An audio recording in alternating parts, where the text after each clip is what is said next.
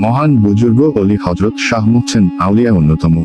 হযরত শাহ মুহসিন আউলিয়া রহমতুল্লাহি আলাই 886 হিজরি বাংলায় 1466 সনে জন্মগ্রহণ করেন। তিনি কখন বাংলাদেশ আগমন করেন তার ইতিবৃত্ত জানা যায়নি। তবে তিনি প্রখ্যাত পীর হযরত বদর শাহ রহমাতুল্লাহি আলাইর সাথে চট্টগ্রামে আগমন করেছিলেন বলে জনশ্রুতি রয়েছে। হযরত শাহ মুহসিন আউলিয়ার আদি নিবাস ইয়েমেনে। তার পূর্বপুরুষের পরিচয় জানা না গেলেও বিভিন্ন ইসলামী চিন্তাবিদদের মতে তিনি একজন সম্ভ্রান্ত মুসলিম পরিবারের সন্তান ছিলেন। ইসলামী শিক্ষায় শিক্ষিত হয়ে তিনি ইসলাম প্রচারে নেমে যান। তিনি ইয়েমেন থেকে প্রথমে ভারতে গৌড় রাজ্যে আগমন করেন।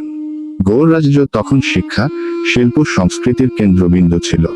গৌড় রাজ্যে কিছুদিন অবস্থান করার পর হযরত শাহ মুহসিন আউলিয়া পানিপথে চট্টগ্রামে আগমন করেন।